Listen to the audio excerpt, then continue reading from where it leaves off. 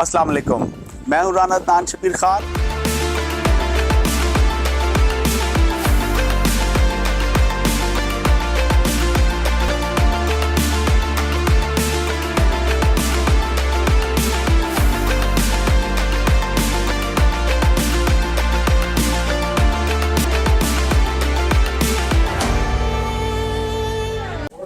अस्सलाम वालेकुम, मैं हूं राना अदनान शबीर खान और आप देख रहे हैं नवाए फिक्र। पाकिस्तान में सियासी सरगर्मियां अपने अरूज पर हैं। सियासी गठजोड़, कुछ लो कुछ दो और अपने मफादात की जंग, इक़्तिदार के हसूल की जंग। Everything is fair in love and Pakistani politics. बाप वाले अपने बाप की इजाज़त के बगैर कुछ नहीं करते। बाप को जब उनका बाप कहता है तो वो हुकूमती बेंचेस पर बैठ जाते हैं, और जब उनको उनका बाप कहता है तो वो अपोजिशन के बेंचेस पर बैठ जाते हैं। बलूचिस्तान अवामी पार्टी के बारे में ये राय किसकी है, आइए उन्हीं की ज़बानी सुनते हैं। फिर आधा तीतर और आधा बटेर और कभी ऑपोजिशन कभी हुकूमत, ये नहीं हो सकता। खुल के आपको इसको ओन करना चाहिए कि आपने बाप के अहकामात माने हैं, उसको तस्लीम किया है, उसको इस्तेमाल किया है।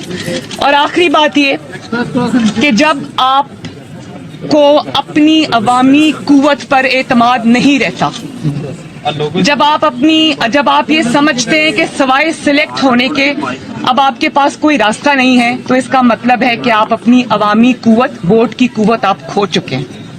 तो सीधी हो गई है, अवाम देख रही है। आप अब लाख कहें कि इंडिपेंडेंट हैं, उन्होंने हमें वोट दिया है, ये हुआ है वो हुआ है, ऐसा नहीं हुआ। आपको बाप के लोगों ने वोट दिया है, बाप के कहने पर वोट दिया है, और ये बात आपको तस्लीम करनी है। आज इसी खातून के बाप यानी अब्बा हजूर उसी बाप पार्टी से बलूचिस्तान में बगलगीर हुए। बाप पार्टी की कहानी बड़ी पुरानी है। बलूचिस्तान के सरदार जो बलूचिस्तान और उसकी अवाम की ज़बूं हाली और पसमानदगी के ज़िम्मेदार हैं, वो हर आने वाली हुकूमत में अपनी कीमत लगवाते हैं और अपनी कौम की उमंगों को बेचते हैं। चलते हैं अहमद के पास और उनसे पूछते हैं कि मियाँ साहब आजकल क्या कैलकुलेट कर रहे हैं और क्या उनकी कैलकुलेशन ठीक सिमत में भी है। जी अहमद। जी अस्सलाम वालेकुम साहब। नवाज शरीफ साहब आज पहुँच गया कोयटा। कल जाना था, आज पहुँचे हैं और कोयटा में वो सीनियर लोगों से पार्टी से मिल रहे हैं। कोयटा बलूचिस्तान की जो टोटल MNA की सीट्स हैं वो 16 के करीब हैं, और लग ये रहा है कि जैसे मियाँ साहब जो हैं इतनी सीटें ले लेंगे कि उनको अल्टीमेटली इन 16, 15, 14, 13, 12, 10, 11, 8, 9, 7 जो सीटें बलूचिस्तान से आती हैं उनकी ज़रूरत होगी हुकूमत बनाने के लिए। इसलिए सबसे पहले उन्होंने MQM, जिसकी 5 सीटें थी पिछली दफ़ा, 5-6 सीटें थी, और बलूचिस्तान जिनकी मिल मिला के अगर कराची में MQM बहुत ज़्यादा सीटें ले गई, पहले 25 होती थी उनकी, जब उनका गलबा था तो फिर PTI आ गई, और अब देखें क्या होता है कराची में। कराची से अगर सीटें MQM ले जाती है 15-20 दोबारा, या फिर दोबारा PTI आ जाती है तो 10-15 भी ले जाए और 10-15 बलूचिस्तान से अराउंड मिल जाए तो ये 25-30 सीटें बनती हैं।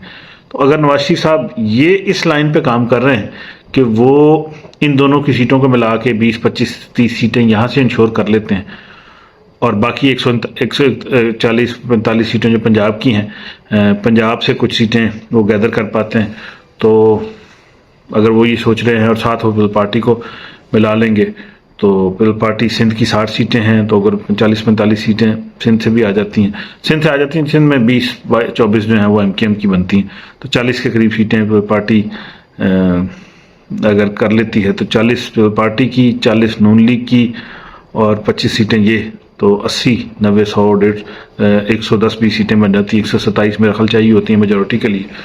तो अगर इस तरीके से वो सोच रहे हैं कि बाकी कुछ आज़ाद को मिला के वो हुकूमत बना लेंगे और बाकी PTI भी सीटें ले लेगी, तो इस तरीके से अगर वो उनका मतम नज़र है और फिर वो दोबारा वज़ीर आज़म आ जाएंगे, तो सोच तो वाकई वो लंबी लाइन्स पर हैं। लेकिन बिलावल साहब ने कहा है कि नवाज शरीफ साहब को लाहौर पे फोकस करना चाहिए, ये ना हो कि वो बाहर की सीटों पे तवज्जो देते रहें और तलो लाहौर निकल जाए। तो बहरहाल देखते हैं कि क्या बनता है, लेकिन ये सोच और ये मिक्स सा कुछ नज़र आ रहा है जिस पे मेरा ख्याल मियाँ साहब फोकस करके बलूचिस्तान गए हैं। जी रन साहब। अहमद बिलावल साहब की जो नसीहत आपने अभी बताई है, ये नसीहत बड़ी इम्पॉर्टेंट है। आइए उन्हीं की ज़बानी ये नसीहत भी सुन लेते हैं जो उन्होंने मियाँ नवाज शरीफ साहब को की है। मेरा ख्याल में मियाँ साहब को ये तजवीज़ दिया गया है, इसलिए लाहौर में मुस्लिम लीग के लिए आजकल मुश्किलात पैदा किए गए हैं। तो ये तजवीज़ किया गया है कि दूसरे सूबे में जाके कद सीट के पीछे जो है वो मियाँ साहब को तकलीफ दिया गया कि वो खुद पहुँचे। मेरा तजवीज़ ये होगा वो लाहौर पे ही फोकस करें। हमें तो पीडीएम से निकाला गया और हमारा तो तंकीद ऐसे हुआ कि हम बाप से मिल गए, बाप के चंद सेनेटर्स का वोट तूने कैसे लिए। तो उम्मीद है कि नून लीग कंसिस्टेंट रहेगा और अगर कल बाप बुरा था तो आज भी बाप बुरा होगा। एक तरफ तो नून लीग और पाकिस्तान पीपल्स पार्टी आपस में डायलॉग डिलीवरी करते नजर आ रहे हैं, तो दूसरी तरफ इमरान खान साहब के खिलाफ साइफर और 190 मिलियन पाउंड का केस बहुत अहम मरहले में दाखिल हो गया है। कुछ अदालती रिलीफ भी मिलता नज़र आ रहा है, लेकिन इस अदालती रिलीफ की क्या हकीकत है और ये कितना को कुशन इमरान खान साहब को फराहम करेगा, चलते हैं अहमद के पास और उनसे पूछते हैं। जी अहमद। जी राना साहब, दो प्रोसीडिंग हुई खान साहब, इमरान खान साहब कासिम के अब्बा के केसेस की। दोनों प्रोसीडिंग जो थी वो एक साइफर केस था और एक अलकादर यूनिवर्सिटी वाला केस था, $190 मिलियन वाला। तो जो साइफर केस था उसमें तो ट्रायल कोर्ट ने जो डिसीजन दिया था वो इस्लामाबाद हाई कोर्ट ने उठा के साइड पे कर दिया। उन्होंने कहा नहीं जी, ये इन्होंने ऐसी मंद है, extraordinary circumstances trial being conducted in current matter. तो बहरहाल इस्लामाबाद हाई कोर्ट ने उस प्रोसीडिंग को ट्रायल कोर्ट वाली को सेट असाइड कर दिया। इंपॉर्टेंट पॉइंट था ये वाला भी। दूसरी साइड पे जब साइफर केस, दूसरी साइड पे जब कादिर यूनिवर्सिटी वाला जो दूसरा केस है उसकी प्रोसीडिंग जो थी वो जेल में होना मुतवक्किल थी। नैब ने उसमें कस्टडी मांगी, वो भी इन्होंने इनकार कर दिया, कोर्ट ने उनको नहीं दी। तो दोनों सूरतों में, और इमरान खान साहब की जो बहन है उन्होंने तो कहा ये तो मजाक है, एक केस ही मजाक है। तो बहरहाल दोनों सूरतों में खान साहब को एक किस्म का रिलीफ मिलता हुआ नजर आया।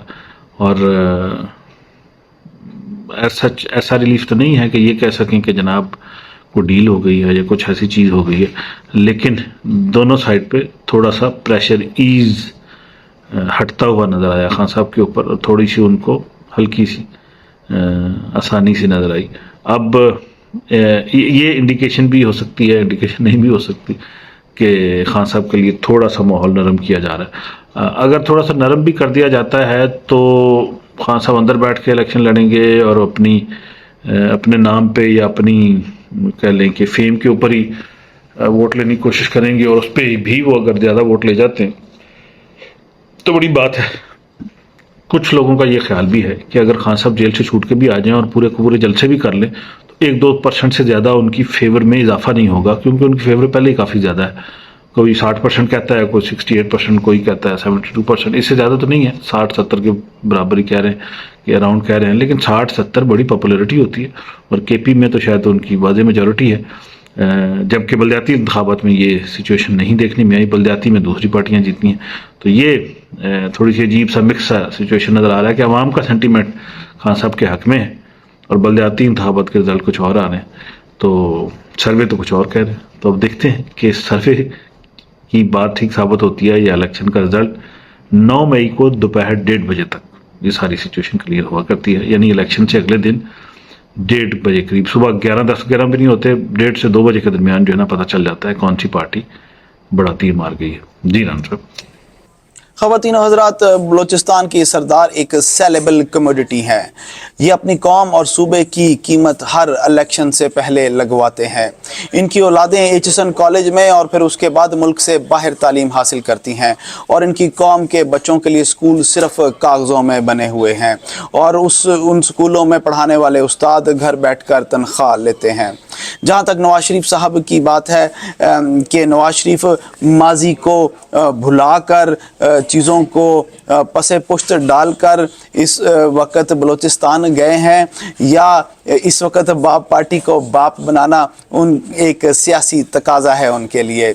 बहरहाल नवाज शरीफ ने आज जो बलूचिस्तान में ख़रीदारी की है इलेक्टेबल्स की, उसकी कीमत तो उन्हें चुकानी ही पड़ेगी।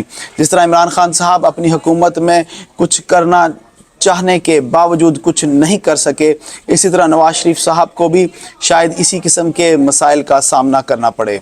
बाकी बिलावल दी गल भी सिटन वाली नहीं है, ये ना होवे लाहौर हथों निकल जाए ते मियाँ साहब बलूचिस्तान च शॉपिंग करते रह जान। पीपल्स पार्टी और पाकिस्तान मुस्लिम लीग नून इस वक्त एक सियासी गैर यकीनी का शिकार हैं, क्योंकि वो नहीं जानते कि पब्लिक का असल मूड क्या है, और इमरान खान साहब की तलवार भी अभी तक उनके सर पर लटक रही है। जैसे कि अहमद ने कहा कि 9 फरवरी 1:30 बजे के बाद हमें पता चलेगा कि अवाम का असल मूड क्या था और अवाम ने बैलेट बॉक्स में क्या फ़ैसला डिपॉज़िट करवाया है। मैं आपसे इजाज़त लूँगा। अल्लाह आप सबको आसानियाँ नसीब फरमाए और आसानियाँ तकसीम करना नसीब फरमाए। अस्सलाम वालेकुम।